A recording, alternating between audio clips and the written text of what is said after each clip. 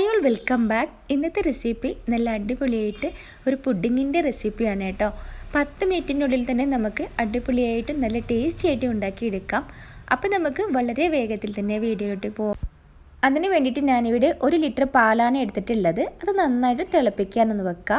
നന്നായി തിളയ്ക്കുമ്പോൾ അതിലോട്ട് 1 ടീസ്പൂൺ ബട്ടറോ അല്ലെങ്കിൽ 1 ടീസ്പൂൺ നെയ്യോ ഒഴിച്ചിട്ട് കൊടുക്കാം. കൂടെ തന്നെ 3 ടേബിൾ സ്പൂൺ റവ ചേർത്തിട്ട് കൊടുക്കാം. എന്നിട്ട് നമുക്ക് നന്നായിട്ട് തന്നെ ഇളക്കിക്കൊണ്ടിരിക്കാം. റവ പെട്ടെന്ന് കട്ടിയായി പോവും, അതുകൊണ്ട് കൂടുതലായി പോകരുത്. 1 ലിറ്റർ പാലിലേക്ക് എന്നിട്ട് നമുക്ക് ഫ്ലെയിം ഒന്ന് ഓഫാക്കിയിട്ടിടാം. ഇനി നമുക്ക് അതിലോട്ട് വേണ്ടത് പഞ്ചസാര കാരമലൈസ് ചെയ്യാണ്. അതിന് വേണ്ടിയിട്ട് ചൂട് ആയിട്ടുള്ളൊരു പാൻ എടുക്കുക. എന്നിട്ട് 1 കപ്പ് പഞ്ചസാര എടുക്കുക.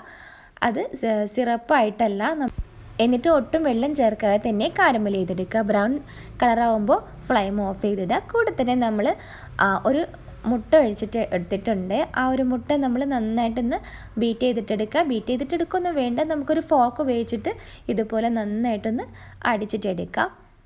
എന്നിട്ട് നമ്മൾ നേരത്തെ മാറ്റി വെച്ചിട്ടുള്ള ബാറ്ററിലേക്ക് നമ്മൾ ഈ മുട്ടയുടെ മിക്സ് ഒന്ന് ഒഴിച്ചിട്ട് കൊടുക്കുക. ആ ഒരു വീഡിയോ മിസ്സായി പോയതാണ് കേട്ടോ. ചൂടാറിയതിന് ശേഷം മാത്രം ഈ മുട്ട ഒഴിച്ചിട്ട് കൊടുക്കുക. എന്നിട്ട് നമ്മൾ കാരമൽ ചെയ്ത് വെച്ചിട്ടുള്ള ഈ ഒരു പഞ്ചസാര കാരമൽ ചെയ്ത് വെച്ചിട്ടുള്ളത് ബൗളിലേക്ക് ഒഴിച്ചിട്ട് കൊടുക്കുക. ഞാനിവിടെ 5 ചെറിയ കുഞ്ഞു ബൗളിലായിട്ടാണ് ഞാൻ ഈ പുഡിങ് തയ്യാറാക്കി എടുക്കുന്നത്. നിങ്ങൾ ഏത് ബൗളിലായാലും കുഴപ്പമൊന്നുമില്ല. അപ്പോൾ നമ്മൾ ബൗളിനനുസരിച്ച് പഞ്ചസാര തയ്യാറാക്കി എടുക്കുക, കാരമൽ ചെയ്തിട്ടെടുക്കുക. എന്നിട്ട് നമ്മൾ ഇതുപോലെ മിക്സാക്കിയിട്ട് എടുത്തിട്ടുള്ള ഈ ഒരു ബാറ്ററി ഇതിലോട്ട് നിറയെ ഒഴിച്ചിട്ട് കൊടുക്കുക. ഇതെല്ലാം സ്റ്റീം ചെയ്തിട്ടെടുക്കുകയാണ്. അപ്പോൾ തന്നെ നമ്മളൊരു 10-15 മിനിറ്റാണ് നമ്മൾ വെയിറ്റ് ചെയ്യേണ്ടത്. അപ്പോൾ കൂടുതൽ നേരം പുറത്ത് വെക്കേണ്ട ആവശ്യമൊന്നുമില്ല. ആ ഒരു തിളച്ച ആ ഒരു ചൂടാറിയതിന് ശേഷം നമുക്ക് ഇതുപോലെ ചെയ്തിട്ട് നമുക്കൊരു സ്റ്റീമറിലിട്ടിട്ട് നമുക്കൊന്ന് സ്റ്റീം ചെയ്തിട്ടെടുക്കാം. ഇനി വലിയ ബൗളിലാണെന്നുണ്ടെങ്കിൽ അങ്ങനെയാലും കുഴപ്പമൊന്നുമില്ല. ഇനി ഇതിൻ്റെ മുകളിലായിട്ട് നമുക്ക് ആവശ്യത്തിനുള്ള നല്ല ഡെക്കറേഷന് വേണ്ടിയിട്ട് നല്ല അടിപൊളിയായിട്ട് നട്ട്സുകളെല്ലാം ഒഴിച്ചിട്ട് കൊടുക്കാം. ഏത് നട്ട്സാണെന്നായാലും കുഴപ്പമൊന്നുമില്ല. ഇനി ഇത് സ്റ്റീം ചെയ്യാൻ വെക്കുമ്പോൾ തന്നെ നട്ട്സ് ഇടേണ്ട ആവശ്യമില്ല കേട്ടോ. അപ്പോൾ അത് താഴോട്ട് മുങ്ങിപ്പോവും. ഒരു 5 മിനിറ്റിന് ശേഷം നമ്മൾ സ്റ്റീമർ തുറന്നതിന് ശേഷം മാത്രം അതിൻ്റെ മുകളിലേക്ക് ഇട്ട് കൊടുക്കുക. നല്ല വെറൈറ്റി ആയിട്ടുള്ള അടിപൊളി ടേസ്റ്റി ആയിട്ടുള്ള പുഡിങ്ങാണ് കേട്ടോ. അപ്പോൾ നമുക്ക് വളരെ പെട്ടെന്ന് തന്നെ സ്കൂൾ കുട്ടികളൊക്കെ വിട്ട് വരുമ്പോഴത്തേക്കും അതുപോലെ തന്നെ ഗസ്റ്റെല്ലാം വരുമ്പോഴത്തേക്കും നമുക്ക് പെട്ടെന്ന് ഉണ്ടാക്കിയെടുക്കാൻ പറ്റിയിട്ടുള്ള ഒരു പുഡിങ് തന്നെയാണ്.